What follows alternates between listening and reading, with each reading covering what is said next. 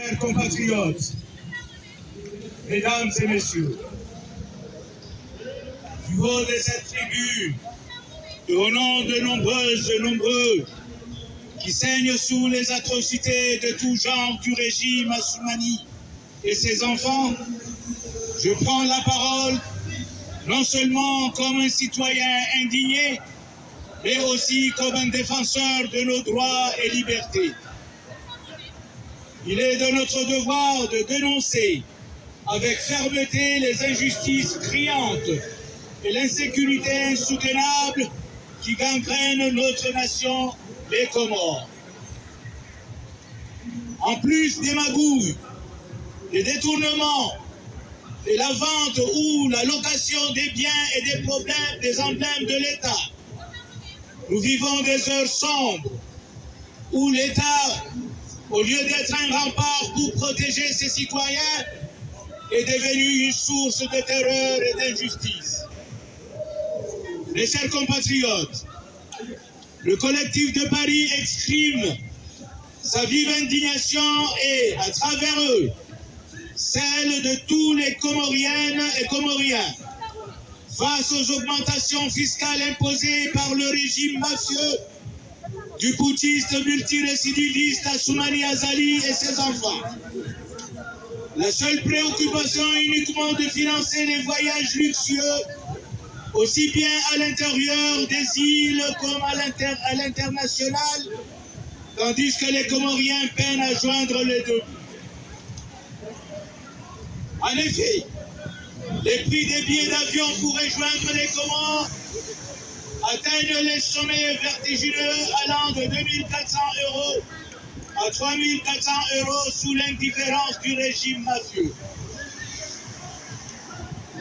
Selon des informations relayées par le ministre des Finances du régime autoritaire, les services fiscaux envisagent une hausse des impôts en 3 tranches.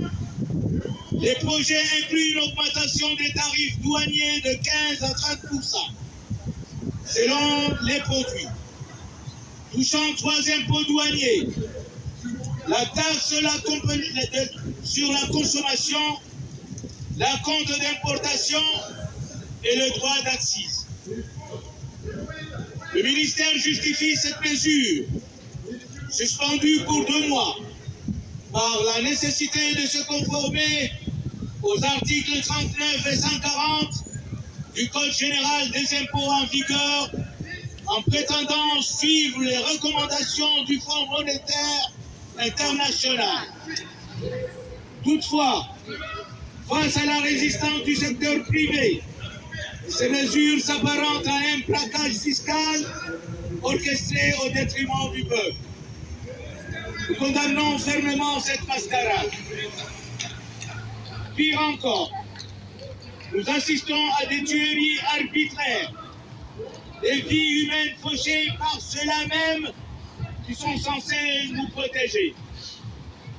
Ces exécutions sommaires ne sont pas des faits divers, mais sont le signe d'un système qui méprise la vie et la dignité humaine.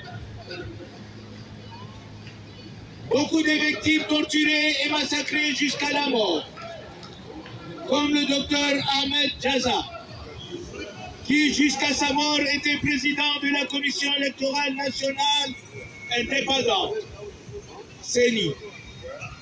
Ou encore notre frère Abdou Nassur, qui fut ministre de l'énergie, dont, dit-on, sa signature sur le document relatif au pétrole et le gaz dans le sous-sol des Comores fut la cause de son élimination.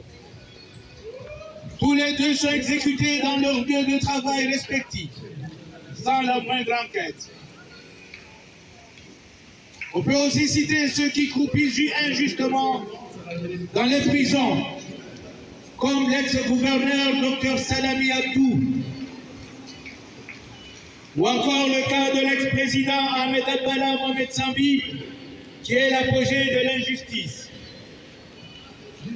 L'ex-président Ahmed Abdallah Mohamed Sambi est écroué, accusé pour avoir vendu des passeports vente pourtant légalisée par une loi appelée loi de la citoyenneté économique.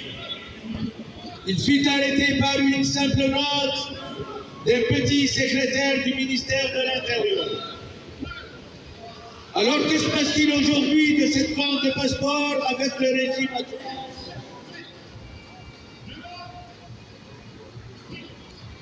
Nous ne le redirons jamais assez.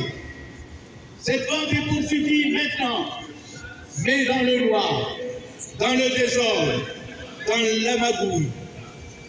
Au lieu qu'ils soient protégés dans des valises par voie diplomatique, ces mêmes passeports sont cachés dans des sacs, mélangés avec des fruits et d'autres nourritures, par ceux-là même qui ont arrêté Sangui.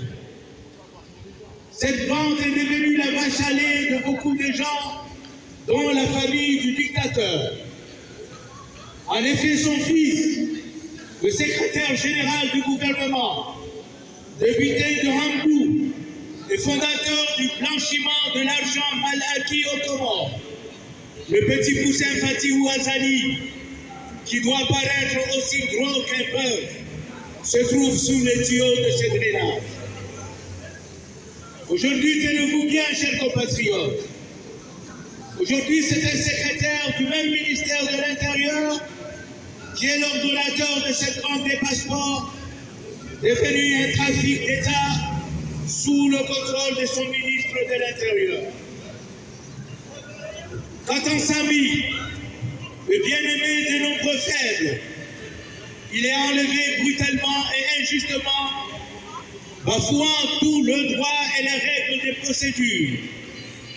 Il est écroué plus de 2 ans en mandat dépôt avant de connaître une farce de jugement qu'il inflige la peine à perpétuité par le dernier larron, le procureur de l'injustice et de la tyrannie, la mouche cessée de Junaïdi Homoutaïzi. Chers compatriotes, nous ne pouvons plus rester silencieux. Chaque silence, chaque acte de démission nourrit un régime qui bafoue nos droits les plus fondamentaux. Nous avons le devoir en tant que peuple de nous lever pour réclamer la fin immédiate des violences policières et des descentes arbitraires, une justice indépendante pour perpétuer et punir les auteurs de crimes, quel que soit leur statut, la sécurité pour tous, sans distinction, dans chaque foyer, chaque village et chaque rue. Car aujourd'hui, il se sent affaibli, malade comme sa femme, sentant venir la fin de son règne infernal. Il ose vouloir installer son fils comme héritier du trône.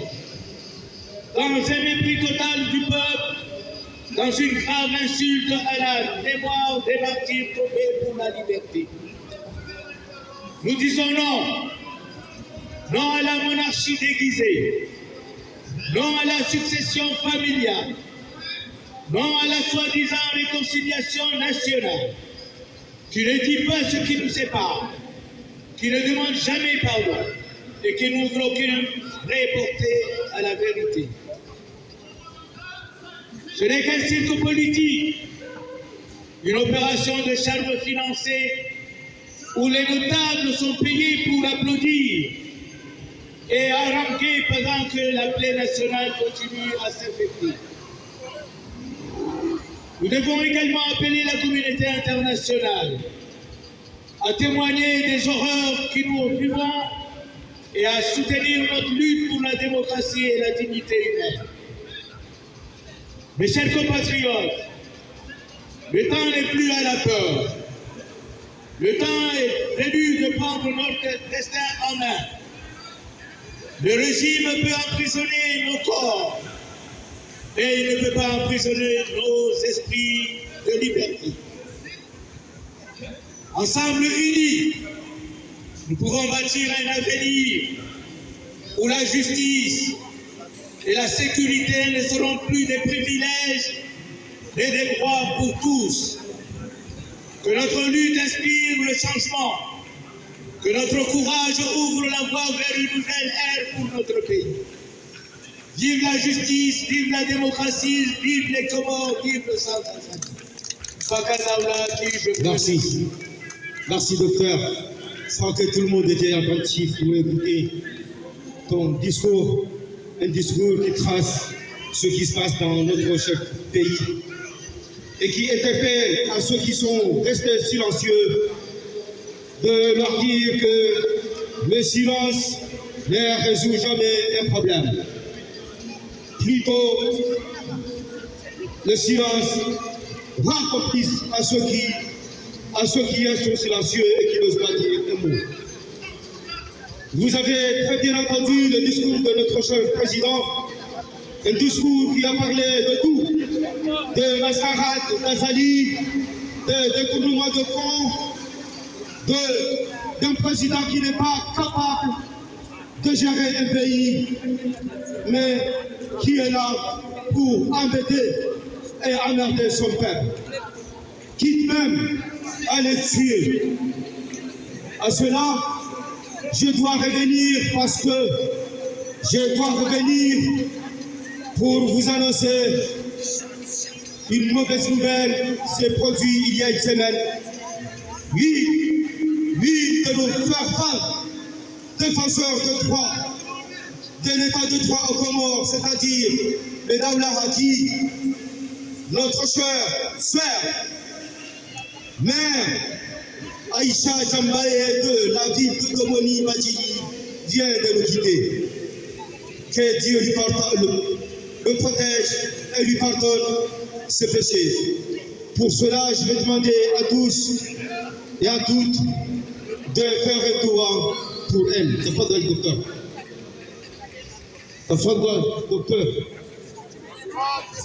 Al-Fatiha, Abou.